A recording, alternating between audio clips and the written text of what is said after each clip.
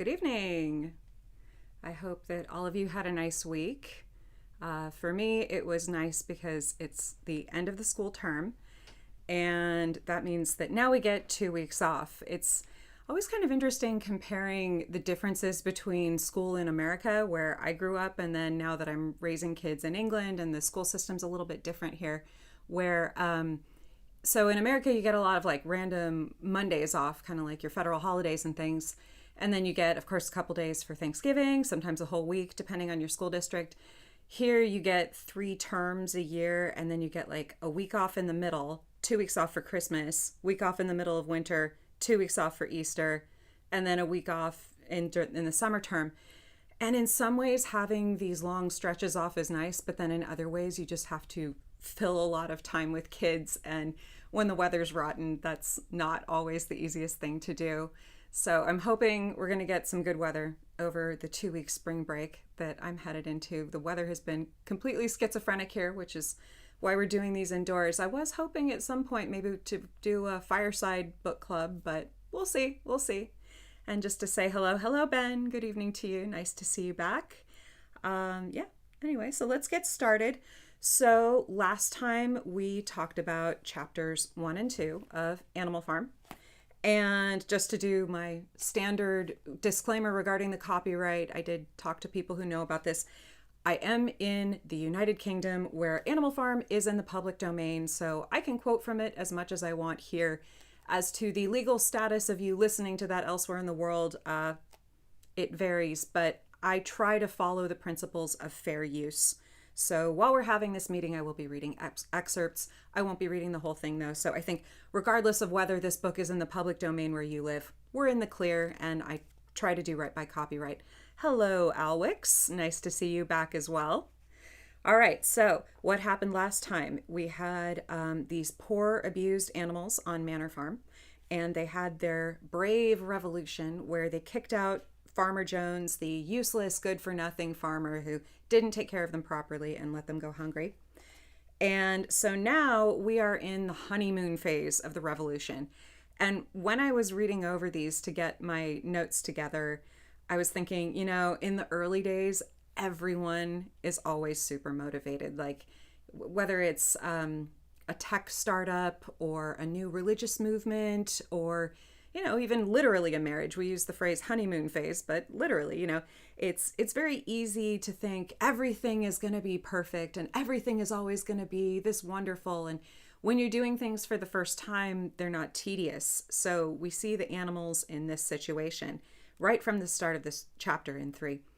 How they toiled and sweated to get the hay in, but their efforts were rewarded, for the harvest was an even bigger success than they had hoped. The animals have to figure out how to use the tools, which were made for humans, but they do manage that. And it says, the pigs did not actually work, but directed and supervised the others. With their superior knowledge, it was natural that they should assume the leadership. And this is 100% an indicator of things to come. Like where that line, the pigs did not actually work. And this is Orwell telling on them. I'm sure we've all worked in companies where there were consultants or, some sort of managing, supervising director who maybe they didn't really actually do anything, but they're definitely not going to do the work that's for the plebs. So you can see how right from the start, because remember the milk had disappeared in the last chapter and we're going to find out what happened to it. Every animal, down to the humblest, worked at turning the hay and gathering it. Even the ducks and hens toiled to and fro all day in the sun.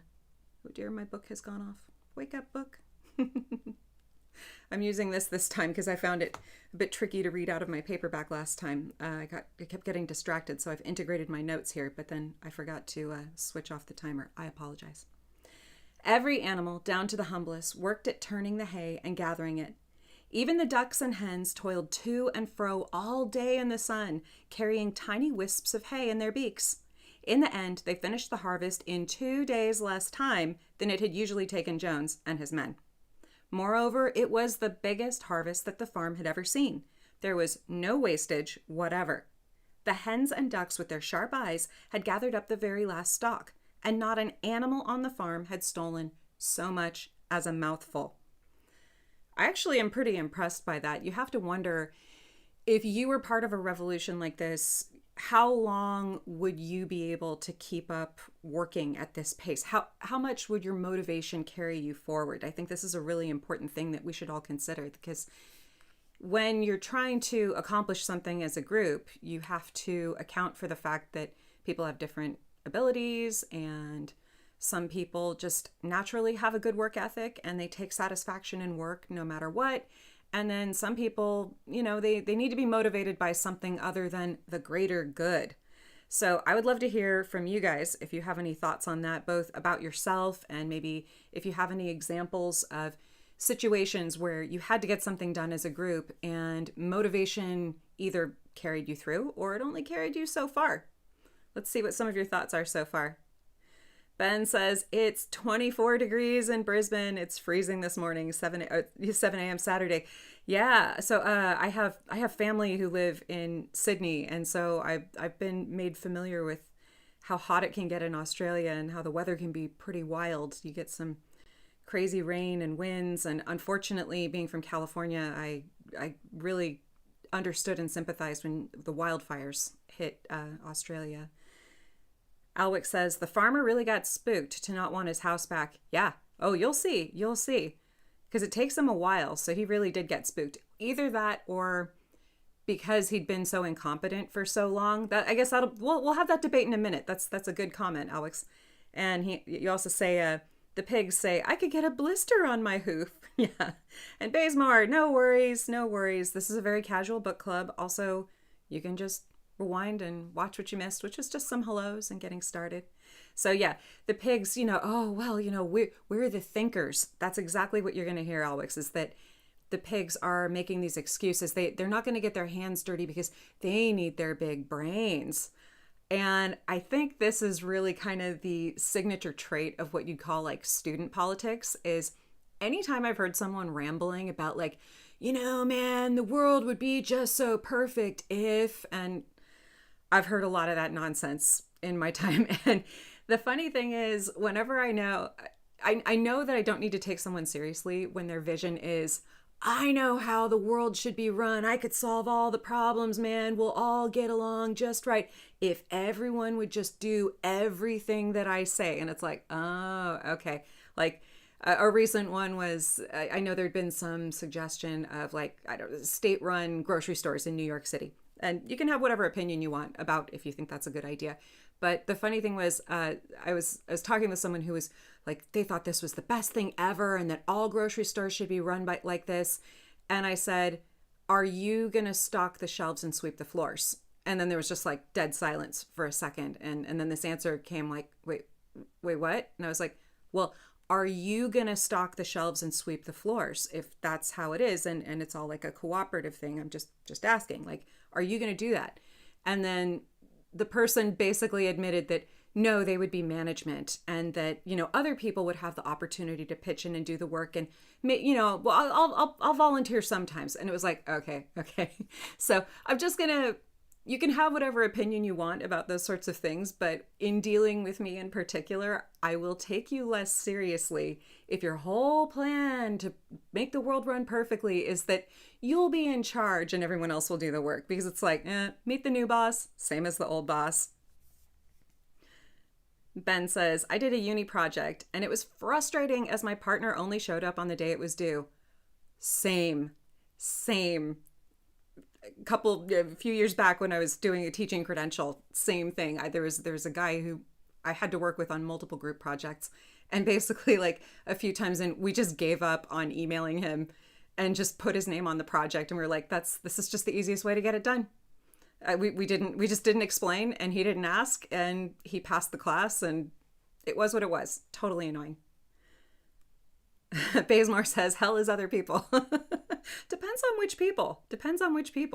Like, also, I have to say, I enjoy all kinds of different opinions, and some people who others think are out there, I'm like, no, I want to hear you. Like, if I'm having a barbecue, I want one conspiracy theorist at my barbecue. You don't want two because they'll argue. But if you have one entertaining conspiracy theorist at your barbecue, you'll have a great time.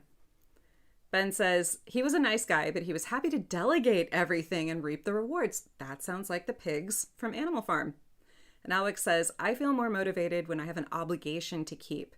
So an obligation to a cause would be mostly motivating so long as I can see how I'm contributing. Totally. Totally. Like when you have something to think about. I mean, parenting is the one that is definitely most in my life right now. Like there's mornings I don't want to get out of bed and make lunches and get school uniforms ready, but I do it because I know my kids are counting on me. And then I see how much it means to them that I'm actually there for them. So is it fun every day? No. Is it worth it? Yes. Okay. Well, let's move on. Those are some great stories. Sounds like you've all had some pretty similar experiences to me, so that's nice to hear. So we hear that all through the summer, the work of the farm went like clockwork. The animals were happy as they had never conceived it possible to be. Every mouthful of food was an acute, positive pleasure, now that it was truly their own food, produced by themselves and for themselves, not doled out to them by a grudging master. With the worthless, parasitical human beings gone, there was more for everyone to eat. There was more leisure, too, inexperienced though the animals were. Oh, that sentence is a little sad. Like, they've had so little playtime that they have to learn how to play. And so it talks about how everything is hard work. The animals are very, very happy because, again, like this comment that we had from Alwix, where when you have an obligation to keep and you can see how you're contributing. So they do a lot of hard work on the farm, but they take pleasure in that hard work. And I think that that's something that any healthy person can relate to, is that, things are hard, things are difficult, but then when you do them, you get a sense of satisfaction out of that, and then you see what you've built for yourself. Boxer, though, he's the horse, the character that I admire most in this book, except for one trait that he has. He adopts a motto of, I will work harder. And I don't agree with that motto. I think instead a good motto for him would have been, I will work hard. But you can't perpetually work harder because you will wear yourself out. And we're going to see this happen to Boxer. So there's an upper limit, and you can't just put that burden on yourself to perpetually work harder and drive yourself and drive yourself and drive yourself. You will burn out, and you will let people down if you burn yourself out. So you have to find that balance of, I will work hard. You're not going to slack, but you're also not going to burn yourself out. And it says, everyone worked according to his capacity. Nobody stole. Nobody grumbled over his rations. The quarreling and biting and jealousy, which had been normal features of life in the old days, had almost disappeared. Nobody shirked. Or almost nobody. This is the purest ideological form of communism, where everybody does what they're able to and they have completely pure motives. But with the use of the word almost, I'm going to reread those two sentences because he uses the word almost twice. And Orwell points out that unicorns are not real. It says, the quarreling and biting and jealousy, which had been normal features of life in the old days, had almost disappeared. Nobody shirked, or almost nobody. Now, if you were in, Marxist, Leninist utopia, then those almost words would not be there. It would say nobody shirked. Nobody, right? If you're in this utopia, but unicorns are not real. Not everyone is going to be ideologically on board. Not everyone's going to be physically capable. Not everyone is going to be able to rely on pure motivation. Like you see Molly, she's the mare who liked to have the ribbons, and she sleeps in, she skips out early, and the cat just disappears until it's meal times. But the cat's so cute, they always forgive him, which I was like, yeah, Orwell knows cats, definitely. Benjamin the donkey stands alone. So you have all of these really, really motivated animals, and they're working hard and being good little commies. And then you have Molly and the cat who are like, they're kind of skipping out when they can. Benjamin stands alone. He does exactly what's expected of him, no more, no less. And when people ask him how he feels about the revolution, his answer is just, donkeys live a long time. He won't be any more clear than that. He's very cryptic.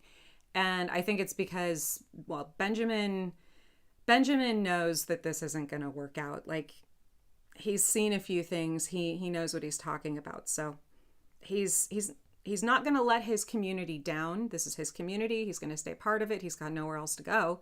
but he's not going to pretend that this utopia that they're building is going to work out. But let's see what some of you have to say about all of this.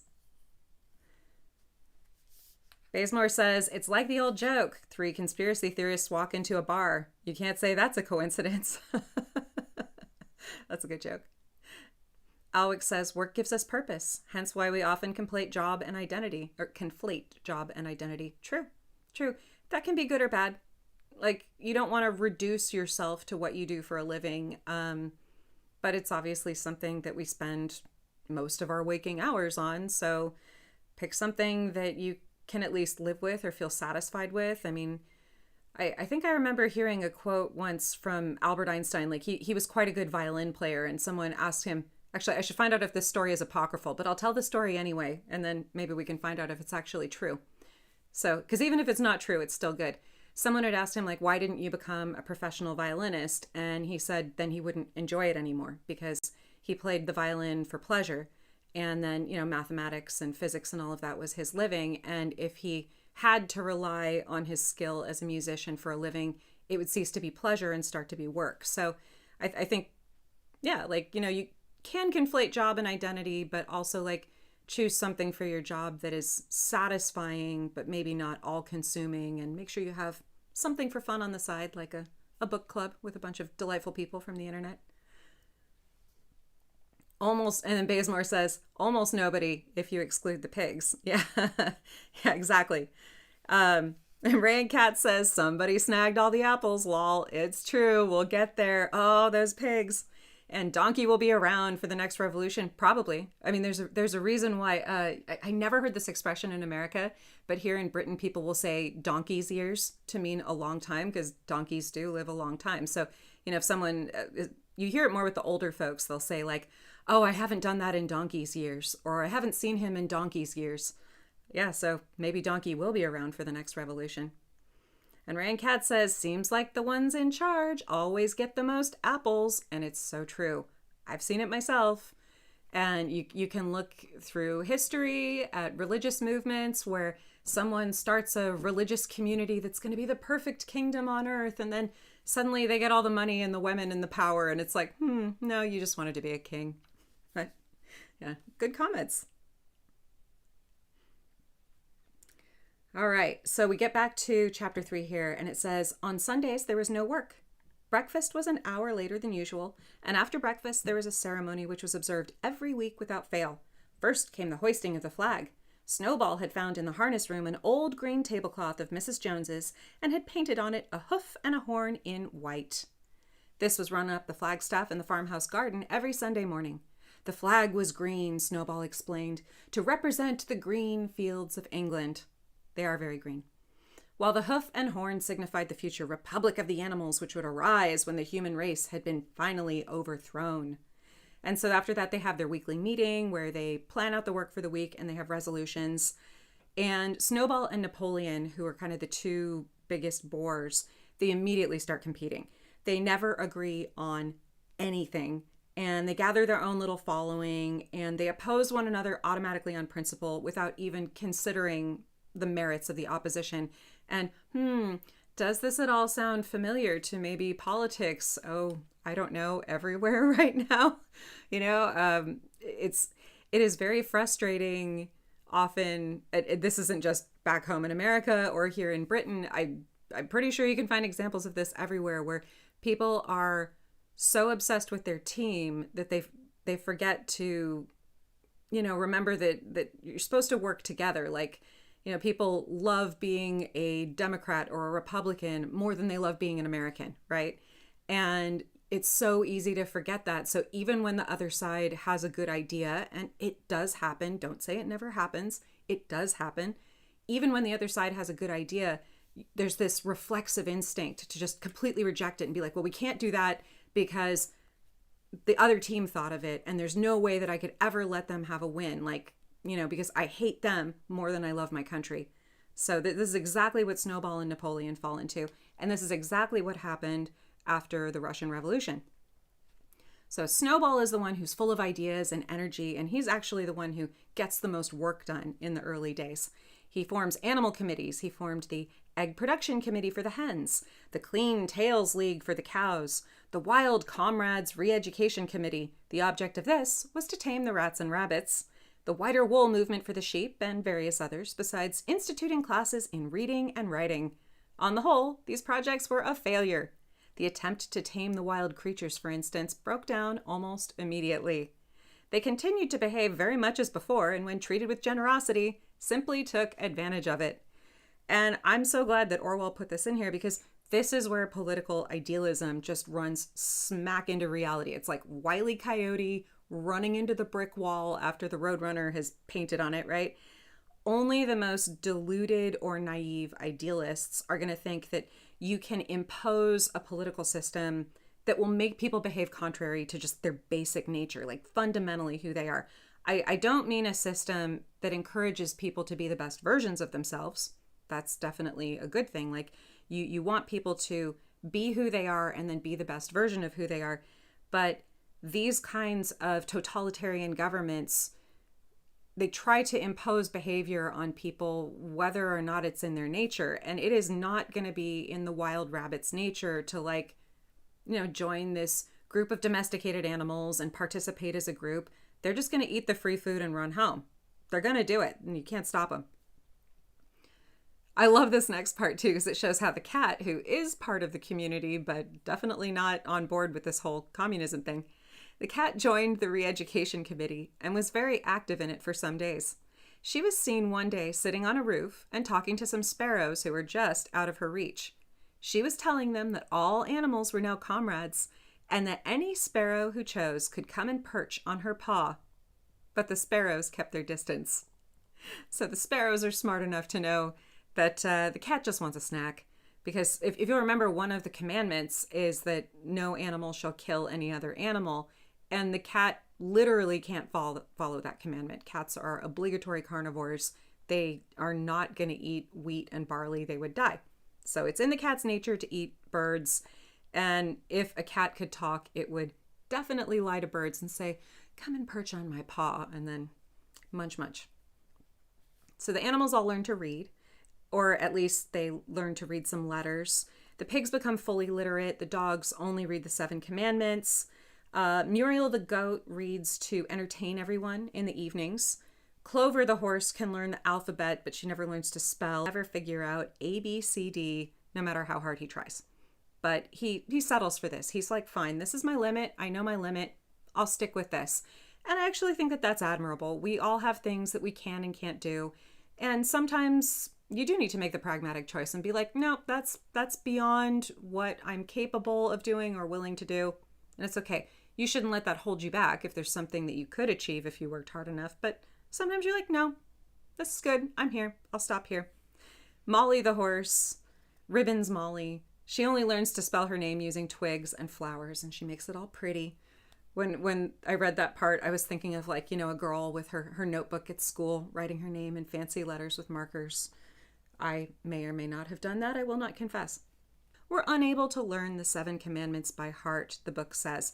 So Snowball comes up with a really clever way to help them out. He reduces all the 7 commandments to the famous maxim, 4 legs good, 2 legs bad. And for the purposes of this maxim, birds count as 4 legs because their wings help them move around, as opposed to being, I think it's organs of manipulation or something of manipulation. Anyway, so Snowball convinces them that 4 legs includes them because wings are like legs and that they help you get around. And so we hear how the sheep deal with this. It says, the humbler animals set to work to learn the new maxim by heart. 4 legs good, 2 legs bad was inscribed on the end wall of the barn, above the 7 commandments and in bigger letters.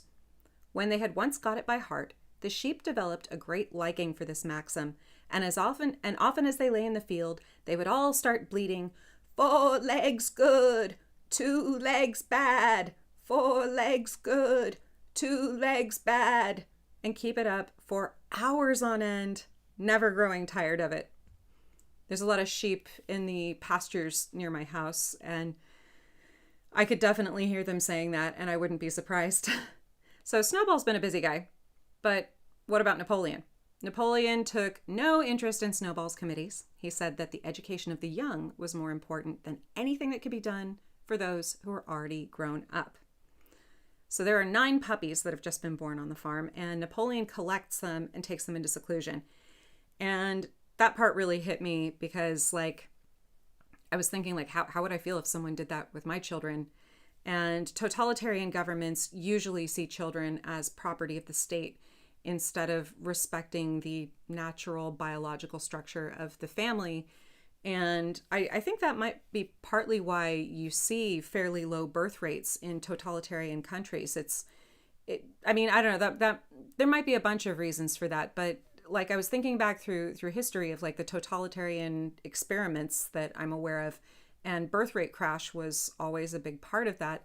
And I wonder if it's just that the collectivization of things, like ripping families apart, like it's just too painful if you know like that your kids are going to be collectively educated and collectively reared, and they could be moved around and taken away from you, and these natural extended family structures are dissolved. The funny thing is too, you get that somewhat in capitalist cultures too, where like to be successful in the modern financial sense, people have to leave small towns and go to the big city to get an education and get some corporate job somewhere, moving away from the communities that they used to exist in a more natural way. I really don't know how to solve that problem, but yeah, I don't know. It just really got me thinking about taking kids away from their families and raising them collectively. We'll see what happens with those dogs in another chapter, but yeah, that part really, really made me sad. Before we get to the conclusion of chapter 3, I want to check back in with your comments.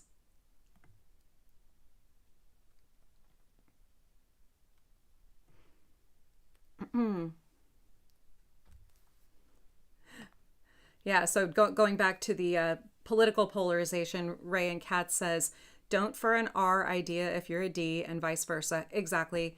Unfortunately, I know too many people who have fallen into that mindset. And so I try to be the infuriating moderate who just says, well, why? Why can't you have dinner with someone who voted differently from you? Why can't you consider an idea from the other party? If it's a good idea, if it will work, wouldn't you at least consider it? And I think we could end up with far less extreme politics if people were at least willing to just be friendly, be friends, hang out together. Like 99% of our day has nothing to do with how we voted. So like I have never based my opinion of someone on how they voted or who they support politically, because it's really just not relevant most of the time. And they always have reasons for feeling the way they do. I might disagree with those reasons, but I might be able to comprehend those experiences. So I try to constantly remind myself, don't judge people for feeling the way they do if they have reasons. I mean, maybe their reasons are irrational, but they had those experiences. I can't force them to change. Like, why would I want to? That's not how it works. Maybe I can persuade, maybe I can get people to open their minds, but you can never force someone to be like you. Ray says, Kitty and Birds brings to mind the tale of the frog carrying the scorpion across the river. It's in my nature. Yeah, you get some good Aesop's fables about that.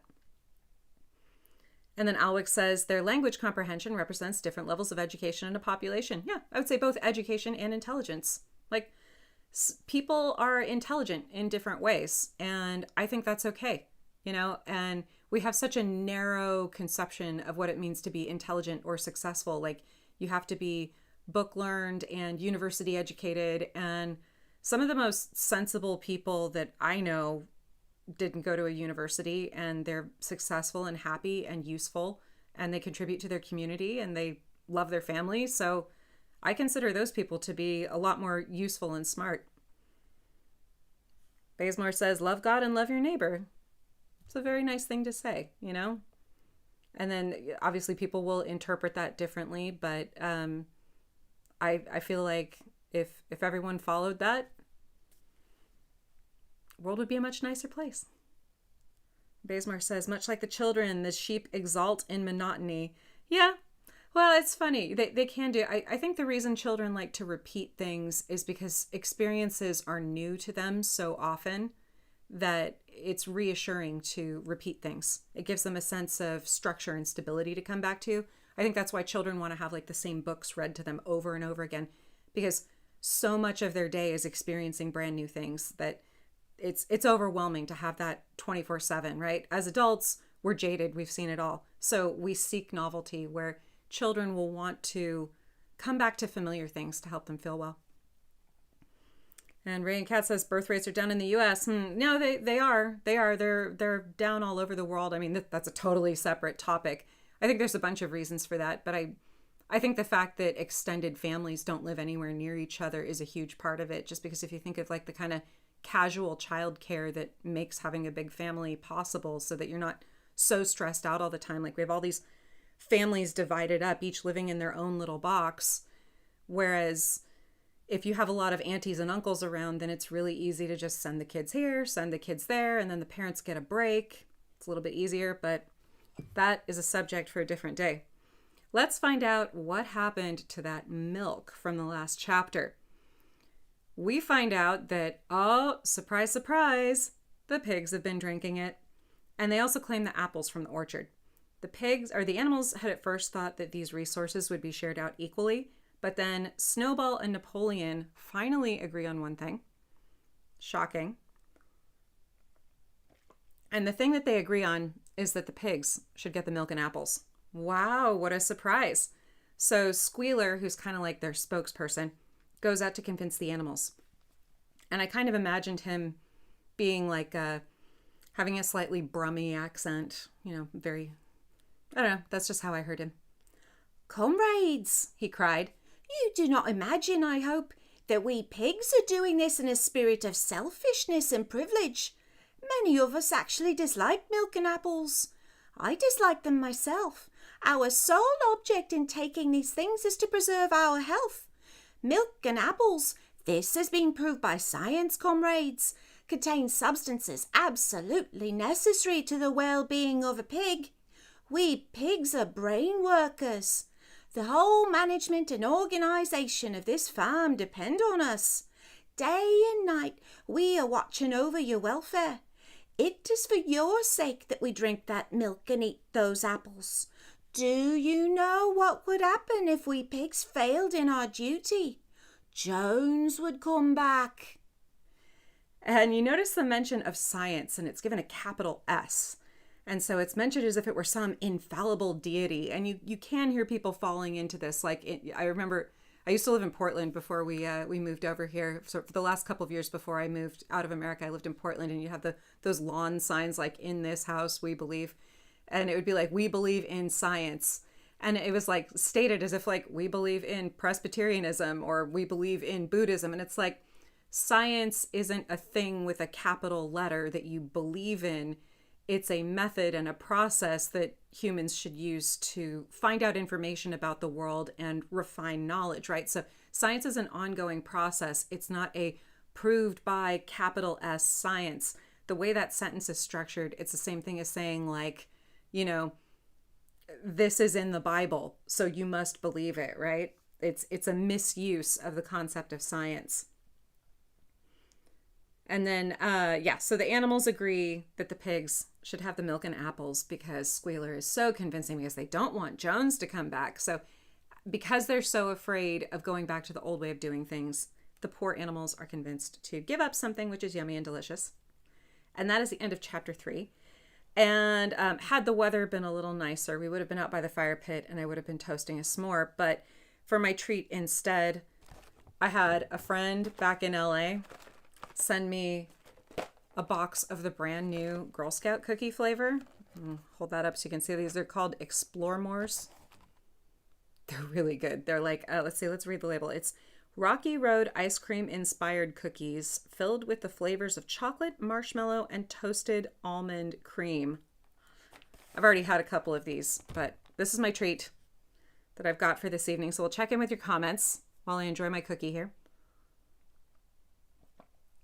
If any of you are enjoying a treat while we have our book club, please let me know what you're enjoying. Although now that I think of it, this was kind of a foolish thing to eat because I'm probably going to end up with chocolate in my teeth, but whatever.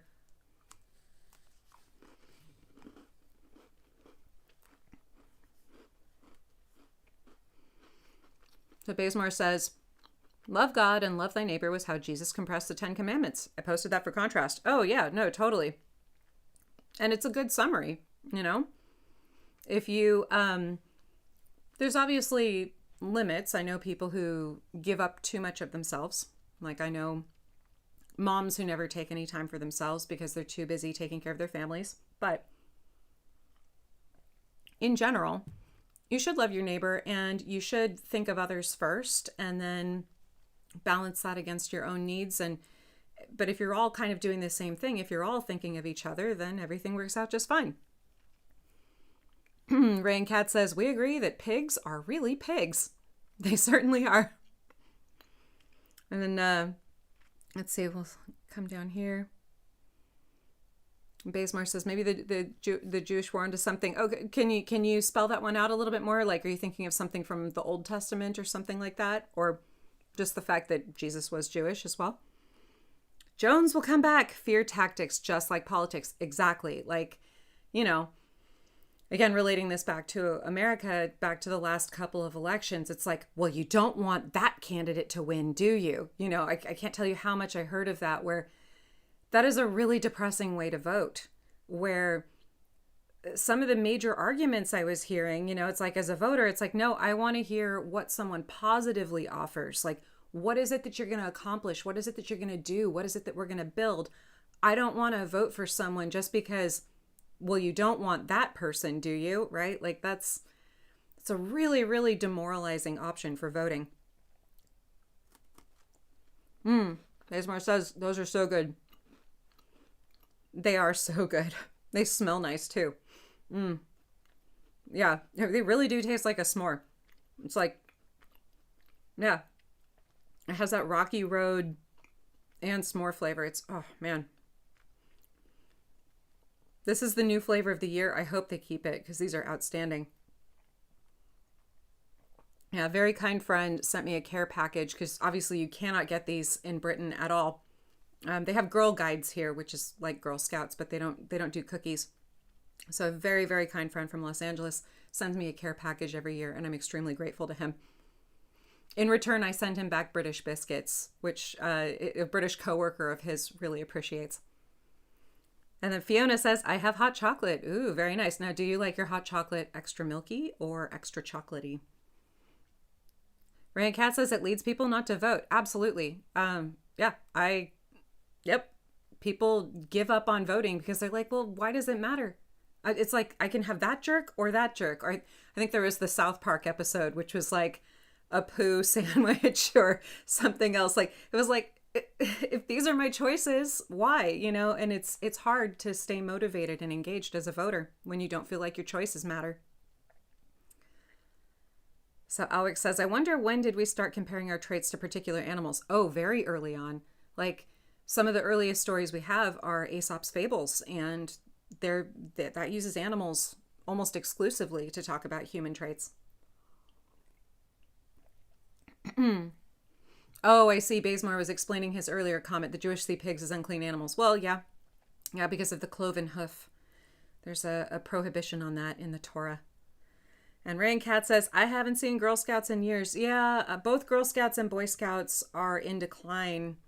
I was in Girl Scouts as a kid. I sold a few boxes of cookies in my day, and yeah, I think there's a lot of reasons for that. I think people are busier. There's just a lot to do. The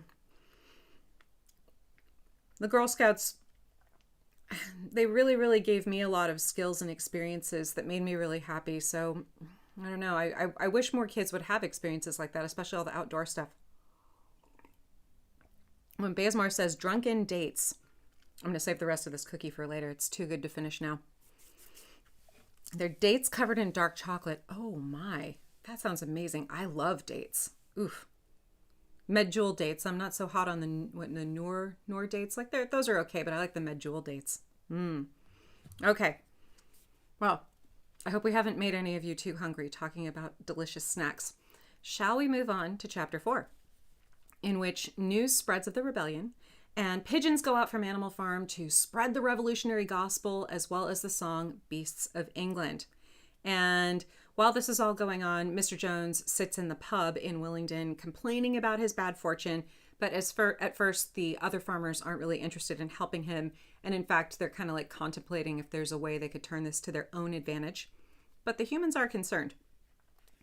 At first, they pretended to laugh, to scorn the idea of animals managing a farm for themselves.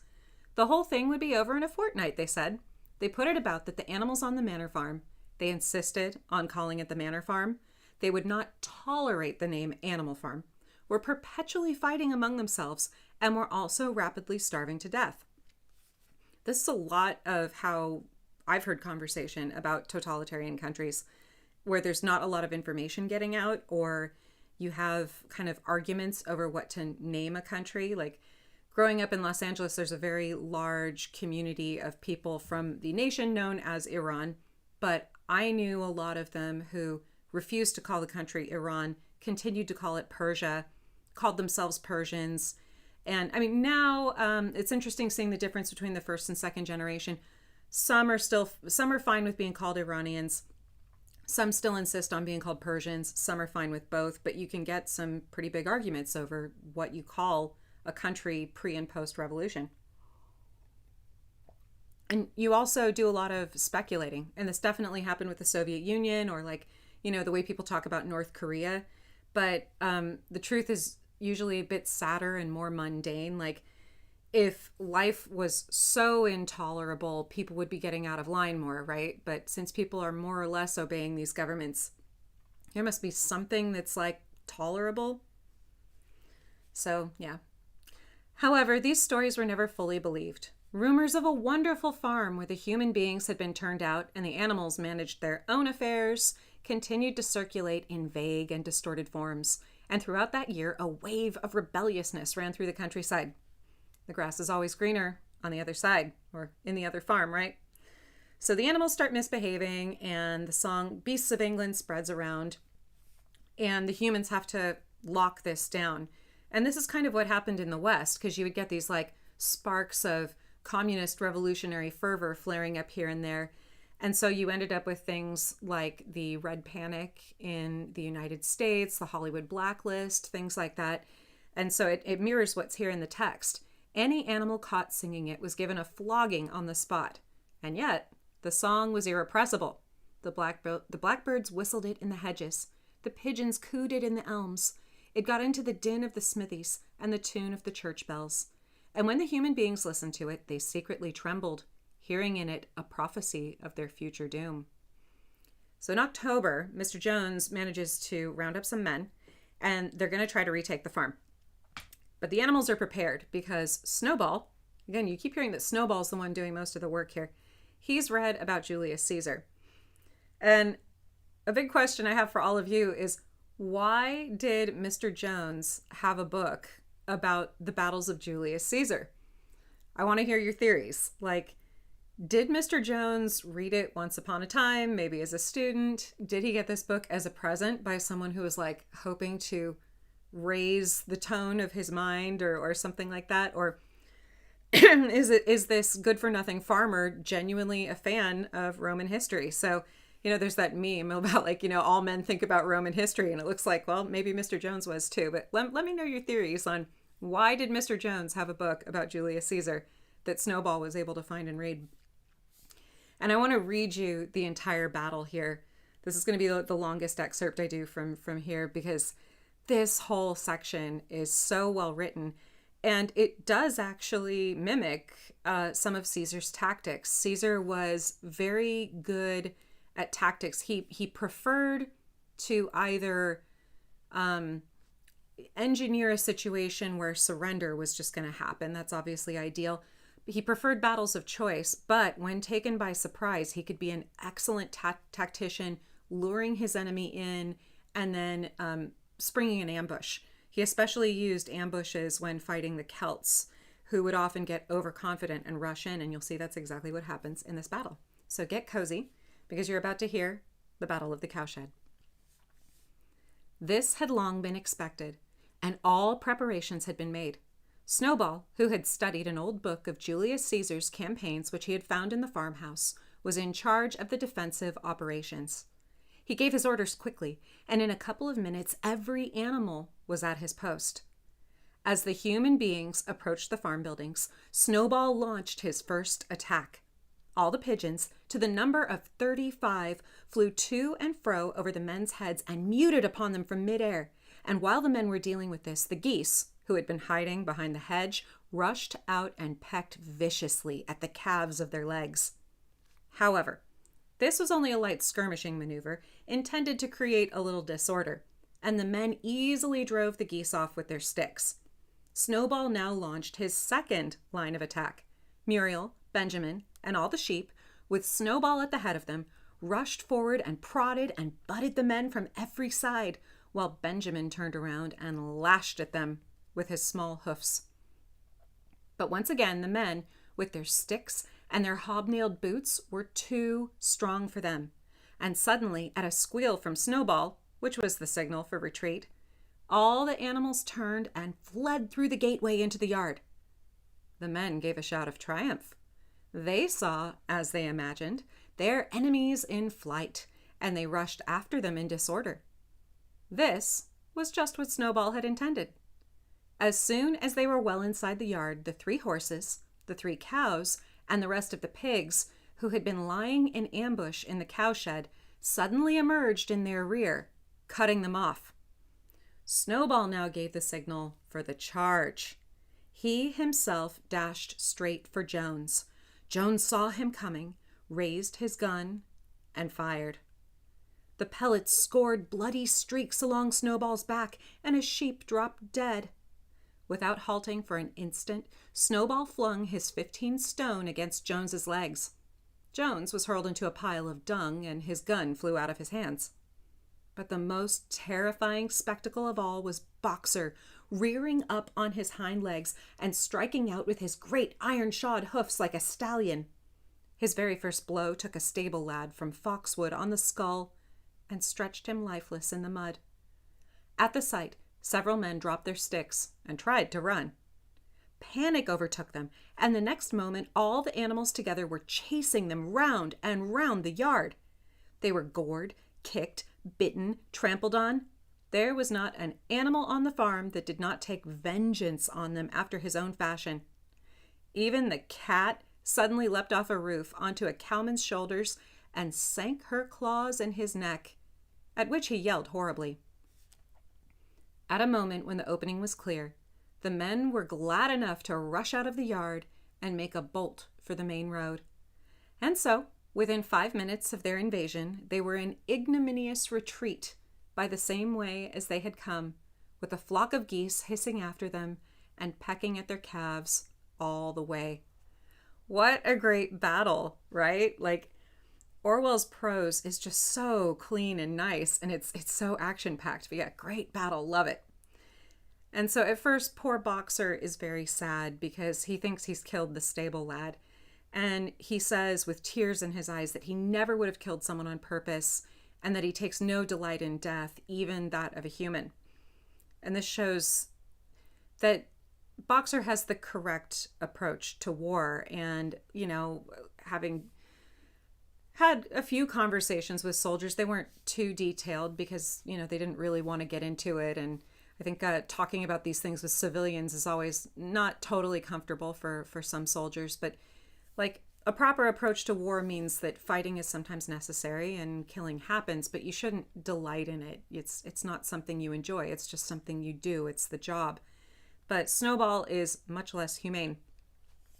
"No sentimentality, comrade," cried Snowball, from whose wounds the blood was still dripping. "War is war. The only good human is a dead one." And when I was seeing that contrast, I thought, like, wow, this is the kind of like absolutism that you see in like terrorists, right? Like, or people who engage in genocide, like that absolute pure-mindedness. The only member of group is one that's not here, right? That single-mindedness that you can't distinguish individuals at all because you have such a collective mentality. It's incredibly dangerous. The animals discover that Molly is missing, and the gun scared her, and she ran off and buried her head in the stable. And I don't blame her. She's, probably never heard one go off like that, and it's scary. So this is again proof that not everyone is the same. Snowball's incredibly brave. You see that Snowball is actually, I'm going to give the pig a compliment. He was willing to put himself in harm's way. He was in the thick of the battle, and he challenged toward the most dangerous foe in the battle rather than being away. Now, if you'll notice, Napoleon's actions are totally unmentioned. It doesn't say anything about what Napoleon does. It says the pigs, but you don't hear Napoleon directing the battle, preparing for the battle, fighting in the battle. He doesn't do anything brave. He's going to bide his time and then eventually take credit for everything. But you can see that Snowball, for all of his idealism, he's at least willing to put himself on the line for what he believes. So that is an honorable trait. The animals celebrate the victory of the Battle of the Cowshed, and they bury the poor sheep who died. So they give her the award of Animal Hero Second Class, and Boxer and Snowball get Animal Hero First Class. And I'm like, well, that's easy for you to do. You lived, so you can give yourself the better award, right? And that's the end of chapter 4. And next week we'll be covering chapters 5 and 6. So I hope you enjoyed that. If you haven't read Animal Farm before, I hope you're enjoying it now. It's such a nice short book. It's so easy to breeze through, and it's one you can just come back to over and over again. So let's go back and round up your comments here.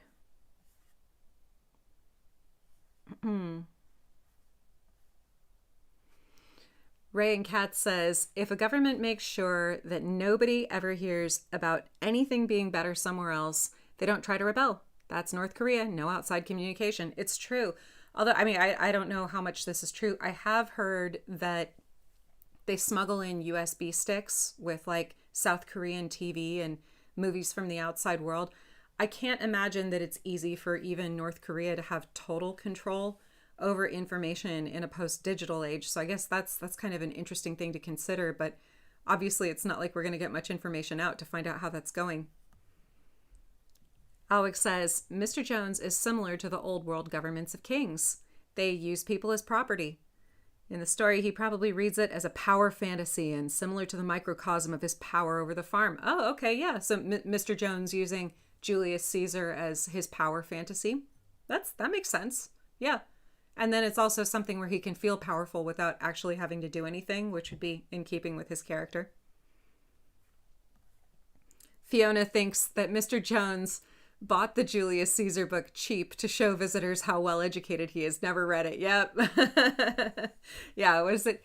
I remember reading, I haven't read this in a long time, but when I read Bridget Jones's diary, she said something about having very impressive books on her shelf so that when people come over, they'll see. I think we're all guilty of that. We all have a book that we keep on our shelf because we know other people will see it there and they'll be like, well, then they'll know I'm better because I have this book on my shelf, right? Maybe we should actually read it or, fill it up with books that we actually read and don't just have a pretentious bookshelf. Oh, and Fiona, I'm glad you're enjoying this. Bazemore says, and to be fair, the IRL Soviet anthem was amazing. It really was. It was. I would have been it would have been in the video I posted last week if any of y'all haven't heard it. Yeah. So a concert that I would love to attend, it would probably be too controversial. I would love to go to a concert with an orchestra and a choir that played national anthems that aren't used anymore, because some of them are really, really good, even ones from governments that obviously were bad and evil and rightly defeated or have rightly crumbled. But the Soviet national anthem is really stirring if you just look at it as a piece of music. Obviously I don't agree with the political ideology that it supported. I don't think it worked out terribly well for anyone. But as far as a piece of music, it is stirring. The Soviets, because they had all those wonderful Russian composers. And the funny thing is that there were a lot of composers who managed to do pretty well under the Soviet Union. Again, these totalitarian governments, things aren't always totally bad. And a lot of Russian dancers, The Russian ballet is very famous, and the singing and composition, really, really good music. So I think that's probably it helps people stay motivated even when maybe the political system isn't ideal. And Alex, I'm glad this format is working for you too. I'm trying to. It would be boring if I just read the story at you, so I'm trying to mix it up with some chat as if we were, maybe in a cafe somewhere having a real book club.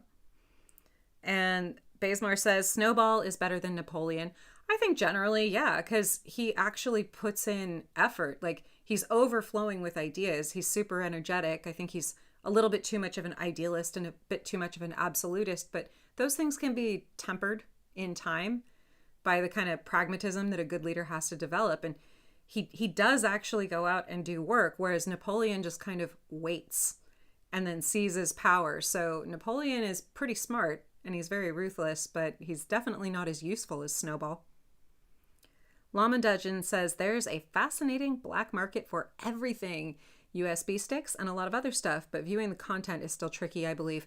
Yeah, that was, I saw like a documentary about that in North Korea, that like, because even being caught with these, like, all manner of terrible things can happen to you.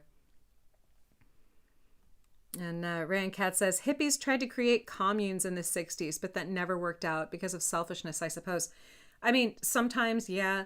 I think some of it is just reality and human nature because, again, this is like what I was talking about at the beginning, where anytime I've talked to someone who is like, I know how to fix the world, man, it never involves, their plan never involves doing a lot of hard work. It's all very idealistic stuff. Like, we'll just like share everything. And if someone needs help, we'll just help them out. But it's like, that can operate at a family level, essentially. But you cannot operate an economy that way. It's just really, really impractical. And if you want to have a high standard of living and have people be able to have choices about what they do, and if you want industry and manufacturing and all of that, you have to have more concrete systems of exchanging value and all of that, other than, oh man, just take what you need and don't take what you don't. Because I think that it's too hard for humans to fight our instinctive urge to hoard. Like, when stuff is free, we take free stuff. I mean, just go to a sporting event and watch people freaking out over t-shirts getting shot out of a cannon, and then tell me that they will equitably and perfectly divide scarce resources in a utopian society. Like, no, forget it. Like, I've seen people like nearly tear each other apart just to catch a baseball that went foul at Dodger Stadium, right? Like, so I just, yeah. The South Park Die Hippie Die is a masterpiece. I love that one too. And Rand Katz quotes John Lennon, imagine no possessions. I wonder if you can. I can't. I'll admit it. I can't imagine no possessions because I have possessions that I like. I have, you know what? Here's a possession I like. This is actually a fun little story about, I guess technically capitalism and global trade. This little china plate, I still have a few of these left. This is part of a tea set that was the first thing I ever bought with money I earned when I was like 5 years old. I saved up some pennies and, I think it was only a couple of dollars, but I saved some money. I had little birthday money. I did some chores. And there's this shop in my neighborhood that sold just, obviously junk. This is not fine china. It's just a little kid's china set. Most of the pieces have been broken. I still have, I think, 4 of these little dishes and a couple of the cups, and the teapot broke ages ago. I have no idea what happened to the creamer or the sugar pot, probably broken. But this is a possession that I now use for stuff like this when I'm enjoying myself or having a little tea party with my kids. And frankly, I don't want to imagine what it would be like not to have a possession like this. I know that John Lennon was probably trying to get at more high-minded ideals, like as a thought experiment, imagine no possessions. Fair enough. But it's just funny that he was the guy who imagined having no possessions, and then he spent all of his time sitting in hotel rooms and having servants make his food and stuff. Like, I don't think I ever saw a picture of John Lennon collecting litter in the park or anything like that. So just saying, if we can get comfortable, we will be comfortable. that's fundamental human nature. And I think that's where all these utopian hippie experiments fall down. Mama Dungeon says, only a fool would say that. Yep.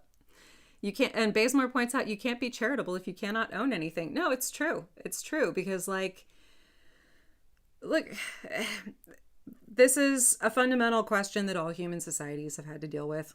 It's way above my pay grade. I can't figure it out, but some people work harder than others. Some people are born to advantage. Some people are smarter than others. Not everyone's the same. Not everyone needs to be the same. In fact, I like that not everyone is the same. Obviously, I don't want children to grow up in poverty. I don't want someone who works hard to be held back in their career for reasons that make no sense. I want fairness. I want people to have chances, of course, all of that. But I also don't think everyone needs to end up the same way. Like, you know, I know guys who are really, really happy and they work jobs in construction and they love being outside and they love hanging out with their buddies out after work. And, you know, honestly, some of them seem a little happier than like a couple of lawyers I know who work 80-hour weeks and are indoors all the time and they're stressed out and unhealthy, right? Like, and obviously you could flip that. There's people who clearly love their indoor white collar jobs, and then there's people who have more manual jobs that make them unhappy. So that can go either way. But I don't want everyone to be the same. I don't think everyone needs to be the same. So I don't think I would fit in terribly well in Animal Farm. I think I might end up like Benjamin if I had to live somewhere like that. I'd do my work, but I doubt I'd be a true believer. At least not now. Maybe in my younger days, I might be a true believer. Ray Cat says, born with a silver spoon. I didn't even have a spoon. You know, you can always eat with your fingers. Okay. Well, it is getting late. Oh, let's see. Alwick says, do you like tea? I do. Yeah. I think it's a great metaphor for the human race. There's only one species of tea plant, but the flavors depend on where they grow, the weather they were in, and how they are dried. That is an excellent metaphor. And you know what? They're all wonderful. I love all the magic rainbow colors of tea. And even the stuff that isn't tea. I'm actually quite fond of rooibos. That's a good non-caffeine option. Well, wonderful. Thanks so much for all of your interesting comments and wow, what a great conversation. I'm really pleased. This has been a lot of fun. It is getting late for me, and so I am going to head to bed. I hope you all enjoyed that, and I will see you next week, and we will cover chapters 5 and 6. I will try to get the audiobook versions out a little earlier. This last week of school before it let out was crazy. There was like performances and stuff. I had to go to my daughter's school today and sit through a recorder concert. And the principal was like, or the head teacher was reminding everybody, oh, when you take your videos, remember that's for your private use and don't post it on social media so we can, it's to protect the privacy of the kids. And I was thinking, there is no video that is safer than if someone posted a video on social media of a children's recorder concert, because nobody in their right mind is going to click on that. So anyway, yeah, it's been a long week for me. I will try to get the audiobooks out sooner next week for chapters 5 and 6, and that will be on my storytelling channel, which is Storytime with TQ Townsend. I keep the storytelling stuff separate because of something the algorithm. People smarter than me told me to do that. But anyway, yeah. Okay. Llama Dungeon, harsh but fair. Look, it's true. One day, if you have to sit through a recorder concert, an elementary school recorder concert, oh, only a parent's love. Let me tell you, only a parent's love. They were also doing ukuleles, though, which is good. Schools are shifting toward ukuleles, which is much nicer. Anyway, thanks so much to all of you. And I will now say goodnight, and I will see you next time. Thanks for listening.